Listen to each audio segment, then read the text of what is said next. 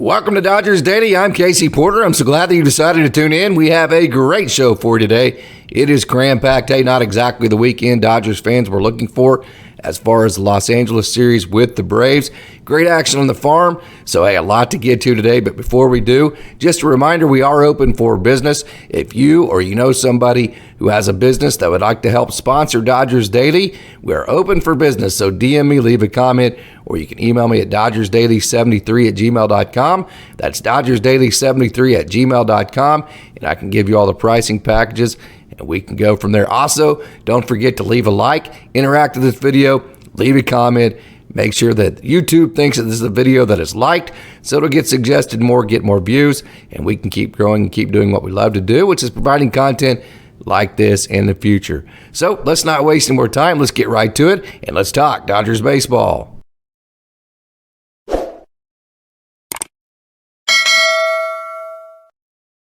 So overall thoughts on the series this weekend, I think there were a lot of positive takeaways. One being, hey, the Dodgers, this is all about winning the World Series, positioning for playoffs.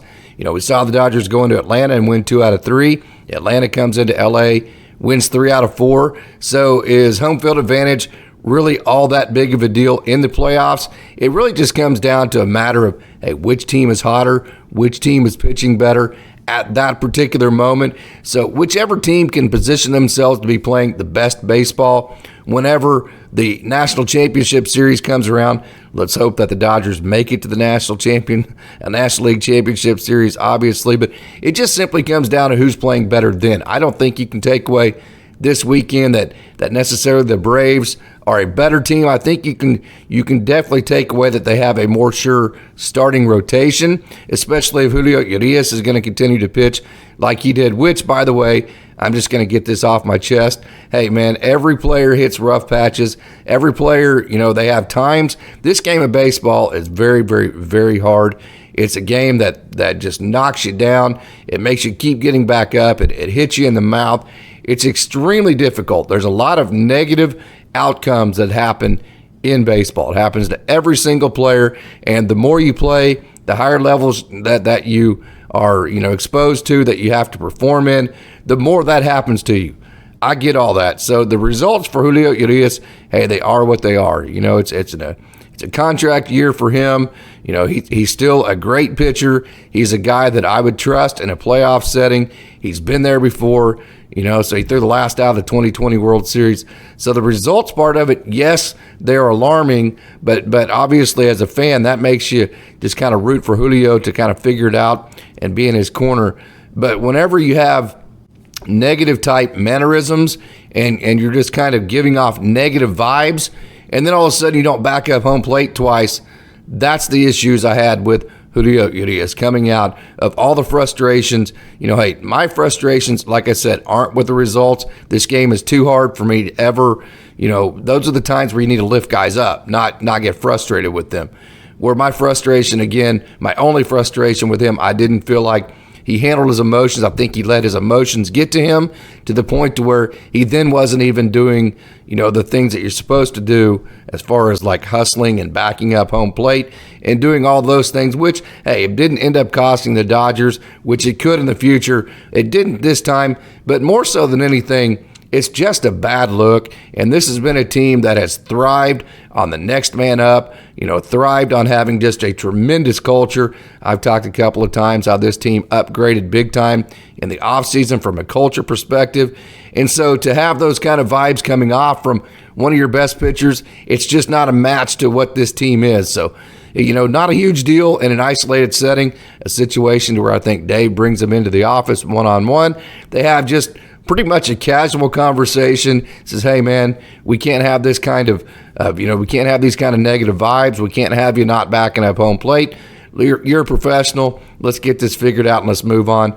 No big deal from that perspective. I think Julio, he would take that with, as a professional and move on. And I think everything would be fine from there. But that frustrated me from that perspective. Lance Lynn didn't have a good outing. So really right now you have Clayton Kershaw, and then your next set of best pitchers at this moment are your rookies. So that's where you're on a crash course with that going into the playoffs. Of course, Lance Lynn had been good until his last two outings. He's given up, I believe, 11 runs in the last two. We'll see how that goes. Hey, he can bounce right back. He's a professional. He's a bulldog. He has that dog mentality, so I would expect him to bounce back. Okay, the offense, Mookie Betts. How about Mookie Betts being the player of the month and then Jamesoutman being the rookie of the month? That's very cool. Mookie Betts, a historic August, the best offensive August in the history of Dodgers baseball. He hit .455 OPS, 1355, 18 multi-hit games, 3 games with 3 hits or more, 11 home runs, 30 RBIs. So, hey, Mookie Betts took his normally great production, and he just put it on steroids this past month in August. What a month he had. Jamesoutman, congratulations on being the rookie of the month. So you had the player of the month and the rookie of the month. Outman, 277 for August, OPS 890, 4 multi-hit games for Jamesoutman, 5 home runs, 15 RBIs. So it's great to see Jamesoutman back on top of his game. I've always talked about, too, that the most plug-and-play aspect of his game has always been his defense. So it's great to see, the people and Dodgers Nation actually get to see throughout an entire year just how talented this guy is, just how many things he does to win baseball games and to help win games. And I'm proud of the Dodgers for sticking with him through the thick and the thin, and allowing him to have this entire year to show what he's capable of. So congratulations to Jamesoutman. So, hey, there were, not everything losing 3 out of 4. I'm not going to rationalize that. But I do think, and I mentioned this with Coach Holt on Friday, one thing that I think is going to be a good thing for the Dodgers is the fact that I don't think they're going to having the best record of the National League in their minds at all. They're going to worry about the Dodgers.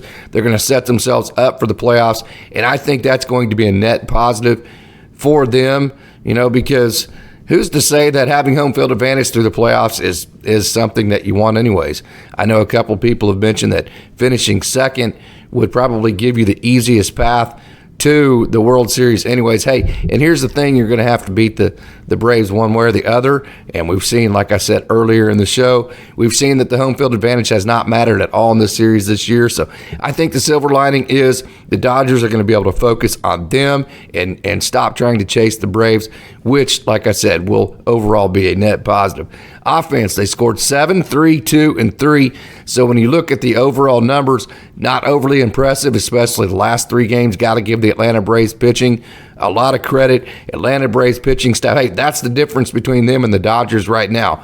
But if you throw out a Bobbymiller, if you throw out, if Lance Lynn gets it figured out, if Julio Urias turns in to Julio Urias that we've always known, and he starts shutting guys down. Ryan Pepio has been fantastic. All of a sudden, that can look a lot different in a real big hurry. So, hey, and I'm going to get into the rookies here in a minute. They have been simply fantastic for the Dodgers. Okay, so the offense overall, if you just take the overall numbers, didn't look great, especially last 3 games. But, hey, there are some trending up signs, especially with individuals. Will Smith, he was on, a pretty extended, one of his most extended periods of a rough patch that he's had in his career. He has definitely bounced back. 300 in his last 7 games for Will Smith. OPS over 800, so Will Smith playing good offense.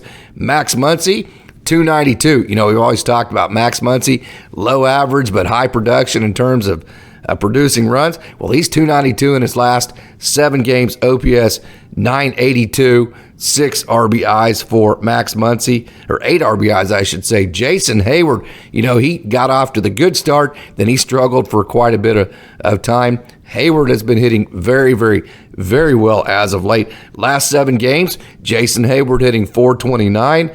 His OPS is almost 1,200, and he has 6 RBIs. So, hey, I've kind of said it. It seems like the vibe of this team is with Peralta in left, Outman in center, Hayward in right, and then, hey, all of your other guys just kind of fill in from there. It just seems like that's been the winning formula for the Dodgers this year. I don't have any research to back that up, and I could be totally wrong on that, but it just seems like when those 3 are in the outfield together, that tends to be the most successful Dodgers lineups. So Jason Hayward has been playing very well. David Peralta, last 7 games, he's hitting 300, and his OPS is over 700. Chris Taylor has been hitting the baseball well as of late. 284 in his last 7, OPS 880 in his last 15 games for Chris Taylor, 297, OPS 916. So although you only scored 8 runs in your last 3 games against the Braves, that's a pretty good chunk of your lineup. That's not even getting to Will Smith or Freddie Freeman that are showing uptrends in their production. So, hey, not all is lost. And again, there's some things. I don't, like I said earlier, I don't think you just come out of this necessarily thinking the Braves are just that much better than the Dodgers. I think you come out of it with the realization that, hey, you got some issues with your starting rotation. Let's take the rest of this month to figure it out, and let's go into the playoffs with the best guys that we have, the best scenarios we have, because, hey, it doesn't have to always be a starter. It doesn't have to be a starting pitcher that, and Walker Buehler pitched yesterday. We'll get into that here in a minute in our Monday mailbag. So it doesn't always have to be any of that, as because you could just match up a game like we've seen with a piggyback. Okay, the pitching. Emmetsheehan, hey, he struck out 8 guys last year in the Arizona Fall League in a row. And then this year in the minor leagues, he struck out 102 in 63 innings. I've said many different times, Emmetsheehan's fastball might be the most explosive fastball in the organization. With it touches 99, but it's consistently 97, 98, and it has that arm side run to it, so it has the ride and run.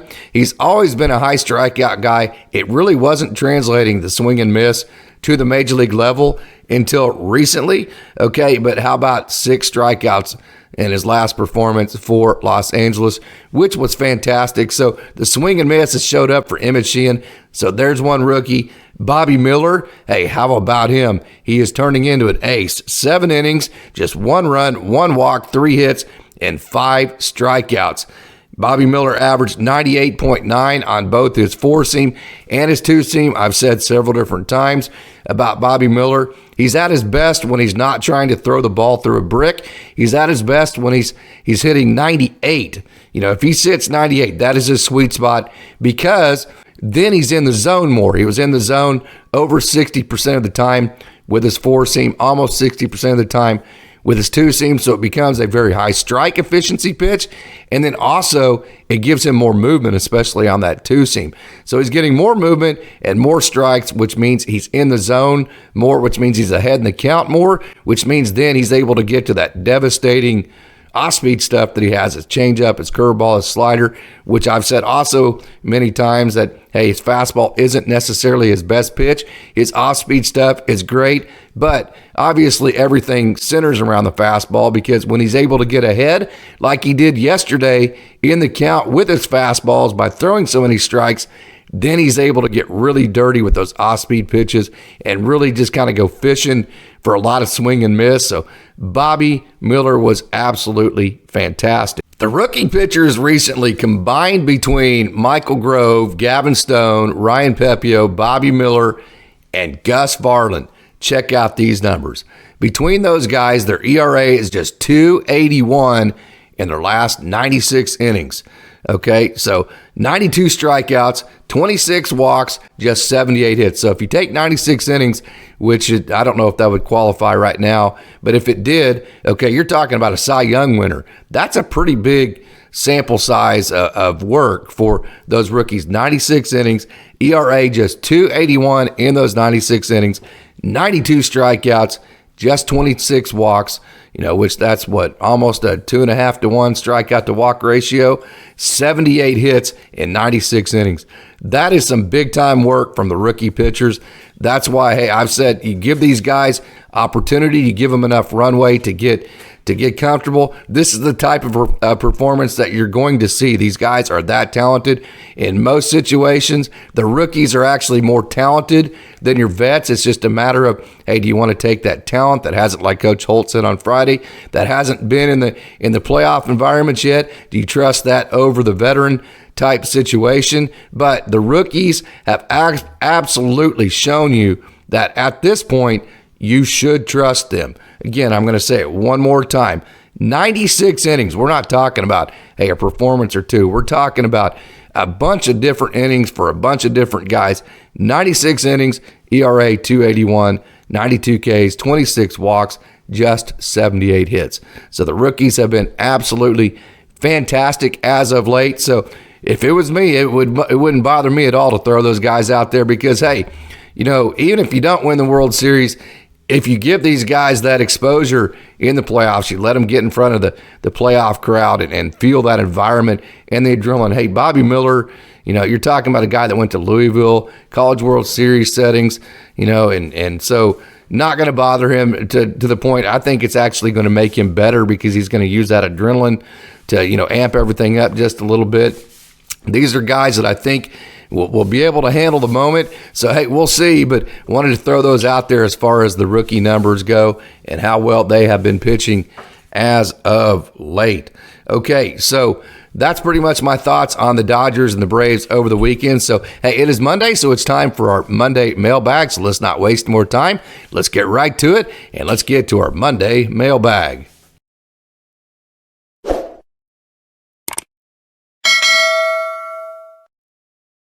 So it's Monday, so it's time for our Monday mailbag. So question number one, all right, who gets the ball in game 2 of the playoffs? That's a great question, and one that I think, first of all, you have to answer by starting by saying that Clayton Kershaw, I think it's very clear that he gets the ball in game 1. I don't think there's any doubt about it at this point. In my opinion, it would still be Julio Urias. He's done it in the past. He's still a great pitcher. Hey, he's struggling right now, and also you have plenty of time to figure that out between now and then. He'll have a couple more starts to get things figured out, but as of right now, I don't think there is any doubt that Julio Urias would get the ball in game 2. Game 3, who knows, man? Will it be Bobbymiller? Will it be Lance Lynn? Maybe Ryan Pepio? Will it be a piggyback game? Absolutely, who knows? And then will they go into a 4th starter? Who would that be? I think you just kind of have to play that day by day. We'll see if they even need a 4th starter in the first divisional round, and hopefully they can get through that. So we'll see when they first need a 4th starter. But hey, I think it goes Kershaw, then it goes Julio Urias for the second game, and then third game, I think you go with the hand that is hot at that point. So great question for question number 1. So question number 2, what will Walker Buehler's role be in the playoffs? That is a great question too, and one I'm super pumped to answer because I was there yesterday for Walker Buehler's start. He was electric. His first pitch of the day was 95, and man, the thing about him, he was tearing his off-speed pitches. He's throwing a 95-mile-an-hour fastball. He's throwing an upper 80s type of cutter / slider type pitch, and then he was throwing an upper 70s curveball. So he's already tearing his different pitches and throwing different speeds and at different locations. He looked fantastic. He went scoreless in his, I believe it was 1 inning. Gavinstone came in after him. So, hey, Walker Buehler, there is another guy. I mentioned game 3. I think he's definitely squarely in the mix for that game 3 starter guy. He looked, we're just watching him throw his bullpen, no discomfort, none of that. I think definitely as he goes on, he gets 2 or 3 starts. I do think Walker Buehler definitely is a candidate to be a guy that could at least come in, but start a game or be a piggyback guy and throw 3 innings for you. I think he's definitely a candidate for that. I think by the time the playoffs roll around, they'll have him ramped up to, I would say, at least 3 innings, so we'll see. But I definitely think he's at least a 2 to 3 outside shot at a 4 to 5 inning type guy. I would say probably the sweet spot there would be about 3 innings. Definitely, I think he is a candidate for that, especially if you keep, not just the results. Rehab outings aren't about results. I've said that a couple times. Just the way he looked. I thought his motion looked free and clean. I thought his delivery looked great. I thought the ball came out of his hand very hot and very well. So, hey, that's my thoughts on Walker Buehler. So a great question for our second question to our mailbag. Okay, question number 3. Do you think Blake Trinan will be able to help in the playoffs? If he was healthy, yes, but I don't think that's going to happen. I think especially last year when they tried it, didn't work out. I do not think Blake Trinan will be, I don't think it's one of those situations to where you can experiment with it. I think it's going to be one of those that's going to come down to the wire just like it did last year. And you have kind of a past history of it not working out as far as trying to see if you can do it. And the playoffs aren't a time to where you want to try to incorporate a guy just trying to see if it's going to work. You need to put your guys out there that are the hottest, that have shown you that they're the best options you have at that time. So from that perspective, hey, you never know if he is healthy. He's definitely one of the best relief pitchers in the game. But I would have to say at this point, if you're to pin me down, I would say that the odds would be in favor of Blake Trinan not helping in the playoffs this year. But again, I could definitely be wrong as far as that goes. Okay, question number 4. This is a really good one. Is there anybody else that we haven't seen on the farm yet that might make an impact in the playoffs? The one guy I would say that would be the most imminent, of course, we've already seen Emmetsheehan. You haven't seen Landon Knack, but I don't think Landon Knack's ETA is this year. We'll see. Okay, I think you would already have been on the 26 by now at least once. If we were going to see Landon Knack this year, I don't think we're going to see Nick Frasso. I think he's in the same category as Landon Knack. I think the guy that you could see at the major league level that we haven't seen this year yet would be Jimmy Nelson. Nelson, hey, forever he was hurt, and he's been on several different IL stints, and he just wasn't pitching very well for Oklahoma City for the longest period. But I'll tell you what, he's really turned the corner. The thing that has been holding him back has been not throwing enough strikes. He has been in the strike zone much, much more as of late, and he's gone scoreless in 7 outings in a row, and he has been in the strike zone. So I think the Dodgers probably want a little bit more evidence that he has turned the corner, because the last thing you want is to you're going to have to put him on the 40-man somehow. So, you're going to have to figure out how to get him on the 26-man roster, which logistically would be a difficult thing to do. But if you were to ask me which guy that we haven't seen yet is the most likely that we would see next at the major league level, I definitely think that guy would be Jimmy Nelson. I've seen him several different times in Oklahoma City. That slider is a big-time pitch, so that would be my answer to that. Okay, question number 5, and this pertains to Kike Hernandez. We all love Kike Hernandez. We know that when he came over to the Dodgers, he got very hot. But here's the question. Is Kike just hitting a rough patch, or is he falling back? Is this the type of hitter he is? Is he falling back to the type of hitter, the question states, the type of hitter that he was in Boston? Okay, so Kike, last 7 games, I did some research on this. He's hitting .053. Okay, no RBIs in his last, and he's hitting .178 in his last 15 games with 6 RBIs, and he's hitting .232 in his last 30. So no RBIs in his last 7 games, 6 in his last 15, 15 in his last 30, and he's hitting .053 in his last 7 games. So, hey, I think Kike is a guy that fills in holes. When you have, I've said this a couple times about him, when you have a guy that needs a day off, and or maybe there's a matchup that you think favors Kike, I don't think he's an everyday player. I think he has depth. I think he's a guy that you can use in a clutch situation that you think might be able to handle the moment a little bit better than somebody else because of the matchup advantage he has. So I don't think he's necessarily resorting back to the type of hitter he was at Boston. I think he's always going to be a better hitter than that, from the simple perspective that he's around better hitters, he's around a better team, he's in bigger environments, which is going to give him better energy, and his hits, when he gets them, are going to matter more, which he's, that's kind of the Chris Taylor factor. It's not like on an everyday basis, if you evaluate, he gets a lot of hits or he's hitting 300 or anything like that, but it just seems like because they're on great teams, their type of game really plays well on this type of team, because every time they get a hit, it's a big one. So I think he can continue to be that guy for the Dodgers, but I don't think he's necessarily an everyday bat for this team. But I think there definitely is some value to what Kike Hernandez will continue to bring this club. So, hey, I hope you enjoyed the Monday mailbag. So time now to turn our attention to the minor league system. There is a lot of action over the weekend. So let's not waste any more time. Let's get right to it, and let's take a trip down on the farm.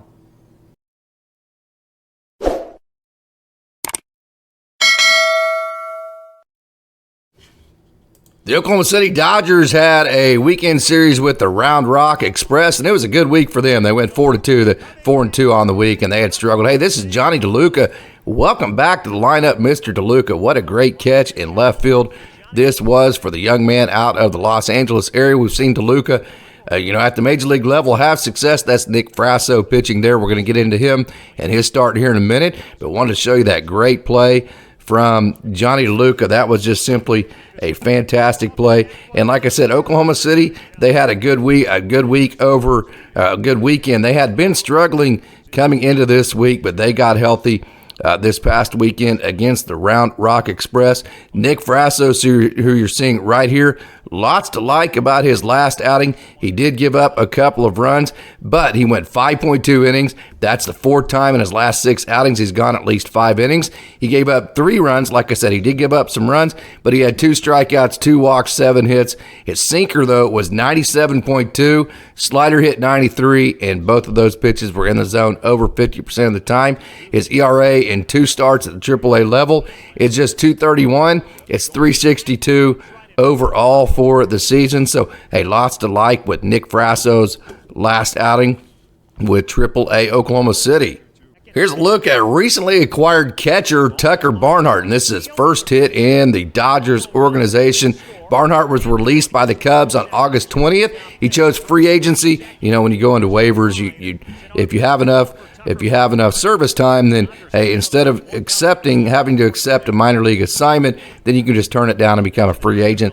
That's what he did. So he became a free agent, signed with the Dodgers on Friday. He's played in parts of 10 Major League seasons. He has 2,855 Major League at-bats. His OPS at the Major League level is 675, so probably more depth than anything in the organization. I don't think he's a guy that will make the playoff roster. Of course, you never can tell. Colton Wong came in and just set the world on fire at the AAA level, got promoted, so that was fantastic. So, hey, you never know, but I wouldn't think that Tucker Barnhart would make a postseason roster, but you never know. So here's his first hit in the Dodgers organization at the AAA level with Oklahoma City, Tucker Barnhart.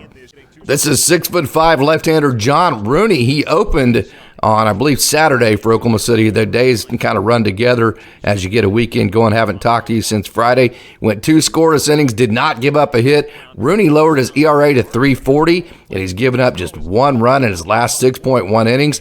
That's over 5 outings. So John Rooney, the young man out of Schaghticoke, New York, doing a fantastic job. By the way, had a chance to communicate with him. He started throwing a changeup this week, and that changeup, he said, feels great coming out of his hand. It looks great. His cutter was over 90, so John Rooney looking good. Had a chance to talk to Tyson Miller for a minute or two as he was leaving the stadium yesterday. Didn't talk to him about any of his performance or anything. Just kind of, introduced myself, who I was. Asked if he might be interested in doing an interview in the future. So he said, hey, no problem. Just message me and we'll get it done. So hopefully next time I go to AAA Oklahoma City and watch a game, I will be interviewing Tyson Miller. Excited about that. The Dodgers, man, they are the master of transactions. So Tyson Miller was DFA'd. The Mets pick him up on waivers. The Mets then DFA him. Then he gets picked up by the Dodgers again. The Dodgers send him straight to Los Angeles. Then they DFA him again. And then they assign him to AAA, which, hey, he could have turned down the minor league assignment like he did with the Mets, but he chose not to. He chose to go back to AAA Oklahoma City. One is because Cal Baptist is where he went to college. He's from the Los Angeles area. So, hey, like he told me yesterday when I was talking to him, it was great to be back home for a couple days. So he wants to be with the Dodgers. That's the great thing about him. He is talented. Hey, not unbelievable high velo, but good movement to him. So, hey, he chose to be with the Dodgers. He chose a minor league assignment over, becoming a free agent again and maybe signing with a team that might put him on a major league roster. So that tells you where his head is at right now in terms of being all in with the Dodgers. And it's a win-win situation. As you can tell by Miller accepting that minor league assignment, it's obviously a win-win because he's happy to be with the Dodgers. He got exposure. He got major league experience. The Dodgers got 2 scoreless major league innings, and now they have depth. So win-win all across the board. So kudos to the Dodgers for making this whole situation happen. Alec Gamboa, the left-hander out of Madtown, Madera, California, Fresno area, 95.9 on the fastball, as high as 23.83 on the spin, which is good. And he's listed as a slider change curve. I don't always trust Baseball Savant. I don't probably think that was his exact mix. Look how that fastball carried the bottom of the zone right there. One strikeout, no walks, and just one hit given up in his last performance. This was Saturday night. Gamboa's ERA is down to 2.53 on the year, man. This dude has had a really, really good year, and a year where he described it was a year that the rubber was going to meet the road. His whip is 117, average against just 176. So great year for Alec Gamboa. Keep grinding, finish strong. So I mentioned Jimmy Nelson in the Monday mailbag, where hey, I think he's the guy that we haven't seen yet. That would be the only guy I think there's that good slider that we haven't seen at the major league level yet that I think we might, or we could. He would be the most imminent as far as that we could see at the major league level that we haven't seen yet at LA. Okay, so he has turned a corner. I mentioned that. So let me dive into some of his numbers. 7 scoreless outings in a row, 12 strikeouts in his last 4 outings, and he has not issued a walk in his last 4 outings. Has not issued a walk in his last 4 outings, which has been his main issue, like I mentioned in the Monday mailbag session. Fastball 95.3, so his velo looks good. Slider, that slider that we've seen a couple times on this video, 44 inches, that right there. 44 inches of vertical break, so the movement is great on Jimmy Nelson's pitches, and he's also been in the zone as well. So, hey, Jimmy Nelson, I think he's turned a corner. I think the Dodgers have taken note. I think they probably want a little bit more evidence that he has turned that corner, but if they get it, I don't know how all the roster stuff would work. The transactions are crazy. There's that great slider. But like I said, hey, he looks like he is turning a corner right now in the Dodgers organization. Another guy that I'm sure Dodgers fans are interested in, Ken Giles, threw the craziest scoreless inning a pitcher could ever throw without giving up a run. He retired the first 2 hitters fairly easily. Then he gave up an infield hit. Then he hit a guy. Then he walked a guy. Then a guy hit a home run. That was a blast. It looked like it's going to be fair. It just went foul at the last moment. So now you have a foul ball, bases loaded. Then he struck out the last hitter. It was a pretty cool deal. It was pretty crazy. And by the end of it, your head was a little bit swimming, trying to figure out how in the world he escaped not giving up a run there. So Ken Giles wanted to show you his performance. Wander Suero, a guy that we saw early on with the Los Angeles Dodgers, a guy doesn't have just incredible velo, but he does have good cut to his fastball, 92.5, and that thing has 22 inches of vertical break. So when you combine the movement of the pitch with the velo, it's been successful, at least at the AAA level. He had modest success at the LA level. Haven't seen him again. He got off to a really good start, especially at the AAA level. Got off to a good start with LA, then got roughed up a little bit, sent back down, and we have not seen him again. But Wander Suero, his ERA 3.47, whip 114, 51 strikeouts, 21 walks in 46.2 innings. This was his 3rd scoreless outing in a row for Wander Suero. So, hey, just want to show you him and how he's doing down on the farm. So this isn't prospect related, but this was down on the farm. This is yesterday. Got to go watch Walker Buehler in his rehab outing.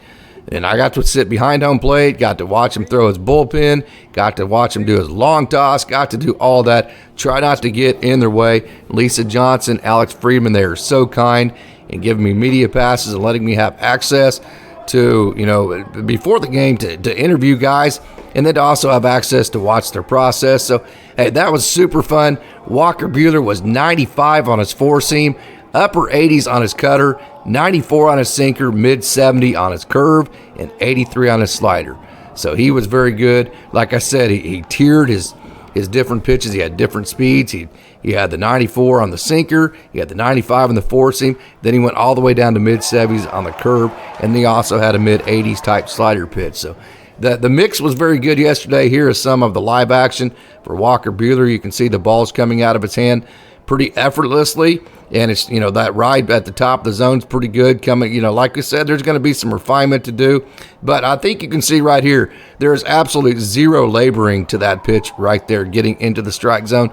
Very fluid coming out of his hand, with very little effort. That's a good little cutter pitch right there. So he went 2 innings scoreless. There's a good slider. 2 innings scoreless, 2 strikeouts, no walks, no hits. Walker Buehler, good fastball, top of the zone there.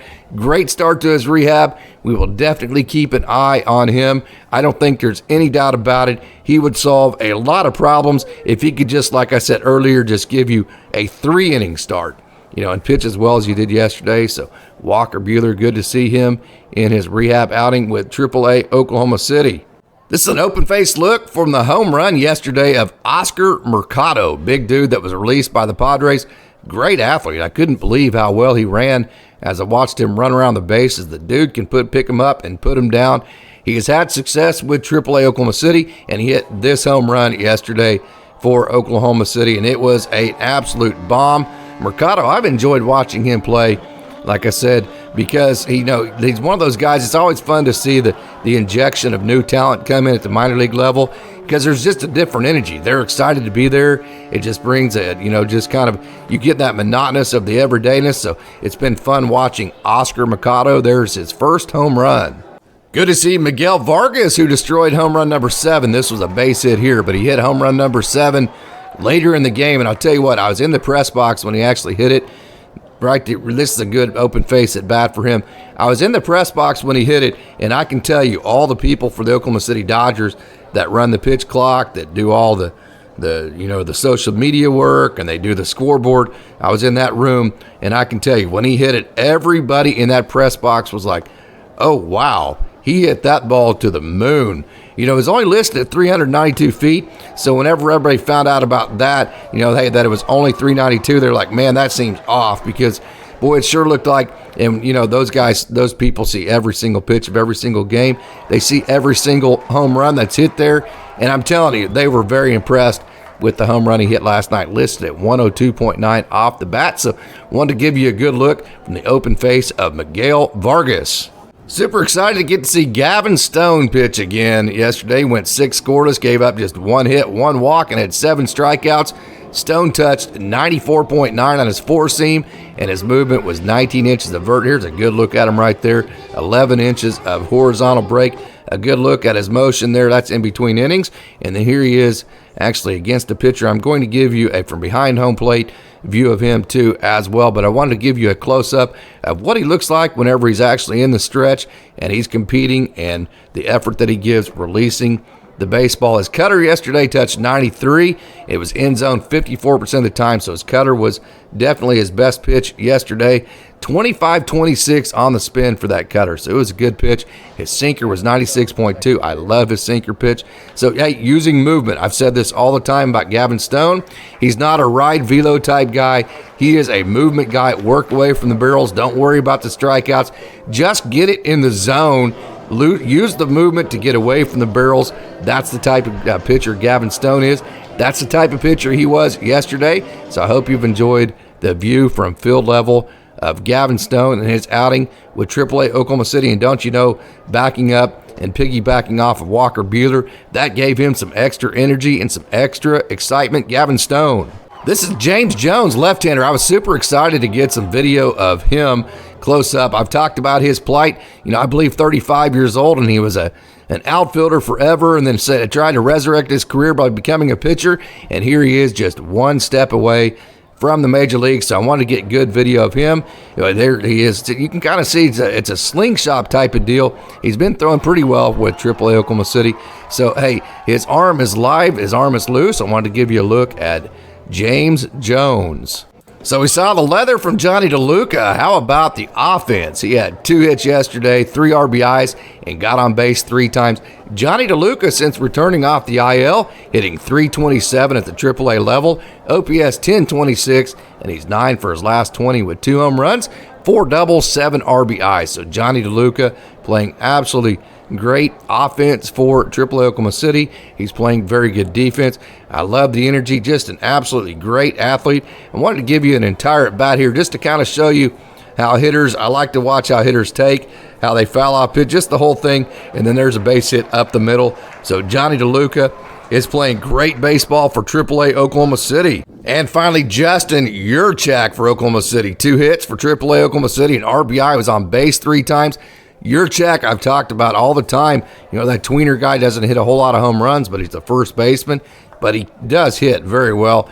Raised his average to 270, OPS 800, so a very good year for the lefty out of Binghamton. He had 333 in August, and he's 2 for 3 so far in September. So almost like he almost always does, finishing strong, Justin Yurchak. Emmanuel Vargas has been very, very hot as of late. Boy, he just destroyed this home run to Elgin Street and beyond. Actually hit a home run yesterday. This was his home run from Saturday night. His home run yesterday went all the way to Elgin Street. He has hits in 5 of his last 6 games, and he is 9 for his last 21 with 2 doubles and 3 home runs, and that's in his last 6 games. So Emmanuel Vargas has been playing very good offense. I call him the machine because he gets on base a lot for the Dodgers. Matter of fact, he's gotten on base in 9 of his last 10 games. So Emmanuel Vargas playing good offense. Antonio Knowles, another pitcher for the AA Tulsa Drillers that has a lot of talent. He has a great slider. He threw 2 scoreless innings on Saturday night, gave up no hits. ERA on the year for Antonio Knowles, just 3.88. That's across 2 levels, both high A and AA. 65 strikeouts on the year for Knowles, 53.1 innings, and his average against is just 176. So a good year for Antonio Knowles, and he's been pitching well as of late. First pitch of Aldry Acosta's outing had run into it, that arm side run, I should say, into a right-hander, induced weak contact. Imagine that. Then he got 2 weak ground balls for the second and third outs. That is Aldry Acosta to a T. Weak contact, movement, not incredible velo. Just move off the barrel, get a whole bunch of ground balls. That's as predictable as Austin Gauthier getting an opposite field hit. Of course, I joke a little bit, but not really. That is those 2 guys' games, and they are very, very good at it. Acosta went scoreless in his 1 inning Saturday night. He's looking to finish 2023 strong. Hey, a guy I think you really need to start paying attention to, Kevin Gowdy. He's out of Santa Barbara. He's been with the Phillies. He's been with the Rangers, came over to the Dodgers this past offseason. He added a 2-seam this past offseason, and it was 97, then 98 in his first 2 pitches of the inning. I apologize for the video being choppy. There's nothing I can do right here.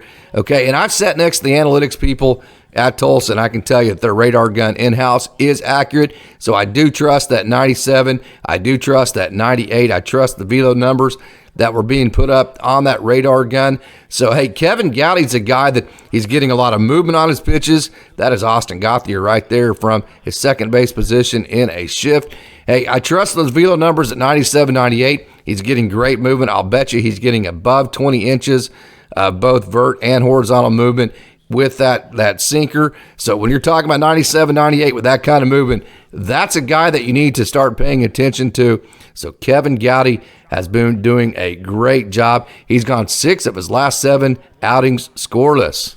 Ryan Sublette, a young man who is a 3/4 slot, but he still stays behind the baseball. I have that on my feature of him if you'd like to check that out. Hey, he struggled to throw strikes from time to time this season, but when he's in the zone, he is simply fantastic. And boy, was he in the zone last night. He just pitched very, very well. And hey, when he's in the zone and when he is, it's up to him. When he's in the zone and he's throwing well, he absolutely gets outs. He's one of the toughest guys to hit. I posted about it a couple of times. His average against are absolutely elite for every single month of the year.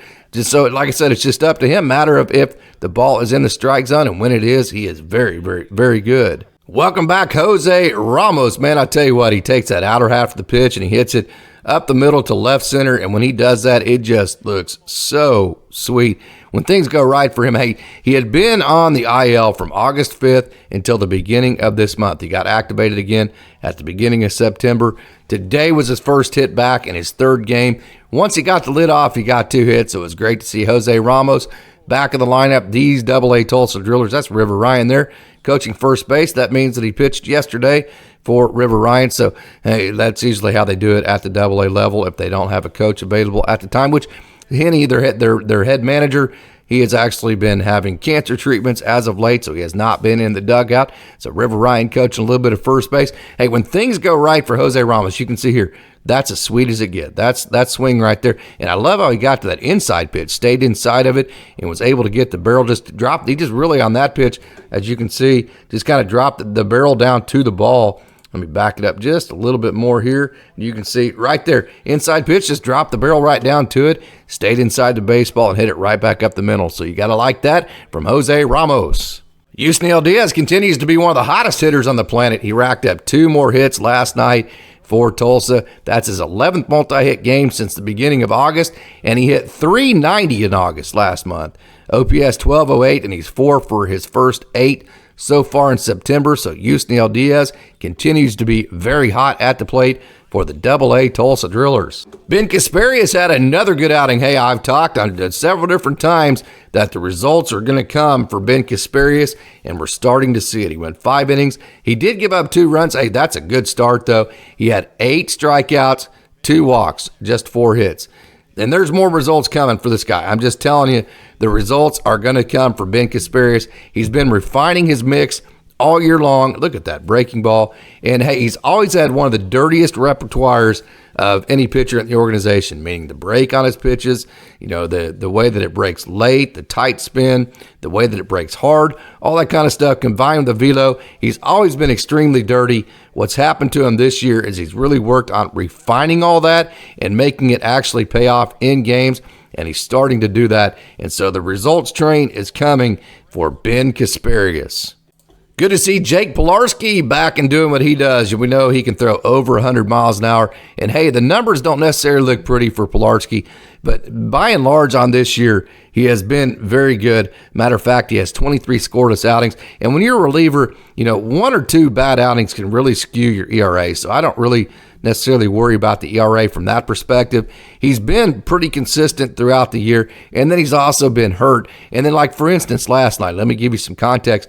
He pitched 2 innings. His first 5 outs came very fast. Then he gave up an infield base hit. Then a guy had a bunt base hit on him, and then the only base hit that he gave up that actually was decently hit hard was hit to right field. So he only gave up 1 ball in 2 innings that was hit decently hard, and it was because of guys placing the baseball perfectly, which is out of your control as a pitcher. He did give up the 1 run, but hey, he looked good last night, so I wanted to show you the outing for Jake Pilarski. Griffin Lockwood Powell for the Great Lakes Loons. Hey, they played the Dayton Dragons over the week, and they ended up losing the series to them, which hey, that kind of sucks because that's a big rival. But hey, it was a fun week of baseball for the Great Lakes Loons. Griffin Lockwood Powell loves Fridays. 2 Fridays ago, he hit for the cycle. Last night, or Saturday night, I should say, he had 2 hits. This was actually Friday night. He had 2 hits, including home run number 13.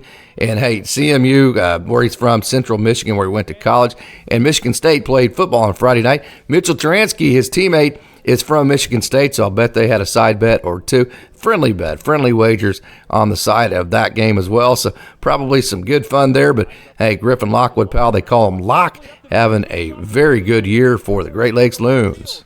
Kenneth Betancourt had 2 hits for Great Lakes. He raised his average to .295, and he had his 6th multi-hit game since the beginning of August on Friday. So good to see Kenneth Betancourt, who was buried down in Single-A Rancho Cucamonga for such a long period of time, just continue to work, continue to grind. Good to see him with High-A Great Lakes, and good to see him have success. Junior Garcia, if you remember back in May, I believe it was, he got hit in the face with a fastball, man, and it did some damage. And he's finally back, man. I actually messaged him right after it happened, hey, you okay? And the response back was, I'm going to be okay, but things aren't necessarily great right now. I mean, it was a tough deal. And, when you get hit in the face like that ball it's basically, it's a missile. It's a weapon. So I can only imagine just the fear of getting back into the box and just, just taking on the baseball and not having the fear of getting hit again. Great to see Junior Garcia back and playing very well. So he settled back in, and he has hits in 8 of his last 9 games. So not only has he settled in, he's been very good, and he's 11 for his last 30. So congratulations, Junior Garcia. Yainer Fernandez had 3 hits on Saturday for Great Lakes. That was his 5th 3-hit game of the season and his 27th multi-hit game of the year. Young man who's entered the Dodgers top 30 prospects list and having a good year. Yainer Fernandez voted as one of the toughest guys in the organization. Very versatile, so good player, Yainer Fernandez. Can't go without talking about my Oklahoma State Cowboy, Max Hewitt. You know, at Oklahoma State, the way we say about Max is he is a mood. He is just such a wonderful player, just a wonderful grinder right there. He is a mood. Look at that. I love that emotion. He is one of the emotional leaders. No matter what team he's going to be on, he's going to be one of the emotional leaders because he loves playing, he loves competing, and he loves getting excited about success. All he needs is a chance, and he will do the rest. He had 2 hits on Saturday night, including a 6th double that you just saw. He catches a lot. He plays first base some. He grew up a shortstop. He's played a ton of second base. He catches all of the bullpens, especially in spring training. Nobody has more respect in this organization than Max Hewitt, and he is more than likely the hardest worker in the entire organization. So I wanted to highlight Max Hewitt. Hey, this was a lot of fun from Saturday night. That's pitching coach Dave Anderson, who's not very happy about the strike zone. Now, keep in mind, right now the bases are loaded. What he's doing right here is he's showing that he has his pitcher's back in Benoni Robles, and he's firing his pitcher up, and he's really kind of, just removing, or just he's dictating how he wants Robles to think at this point. And look, it gives him a pat right there. He's getting him back into the compete mode. Hey, let's go. So, hey, he's going to wear that one. He's going to wear that ejection to get his pitcher back in the zone. And guess what happened? Benoni Robles, with the bases loaded, he threw 3 straight strikes, 3 pitches later, right here.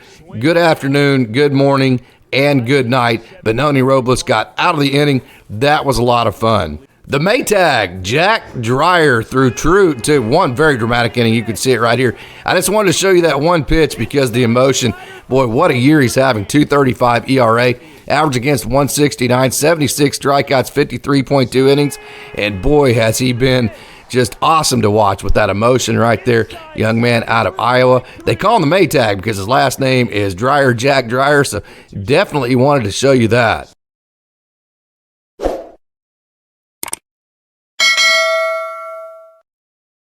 So there you have it. There's our show for you today. Very busy show. I told you it was going to be busy. There was a lot of action over the weekend. A lot of great action in Oklahoma City, Tulsa, and Great Lakes. Rancho did not have video, so hey, we'll get more into them this week. And then Los Angeles, obviously, hey, you're just kind of looking for takeaways from that series with the Braves. So I hope you enjoyed today's show. Hope you tune back in on Wednesday morning, and then also on Dodgers Dogs, which is 6 o'clock Pacific each week. So, hey, just one last reminder, we are open for business. If you or if you know somebody who has a business that would like to help sponsor this show or Dodgers Dogs or anything we do on dodgersdaily.net or any of our social media platforms, just leave a message, leave a comment. You can leave a comment, DM me, or you can email me at dodgersdaily73@gmail.com. That's dodgersdaily73@gmail.com. So, as always, I would like to thank you for tuning in and say, go Dodgers.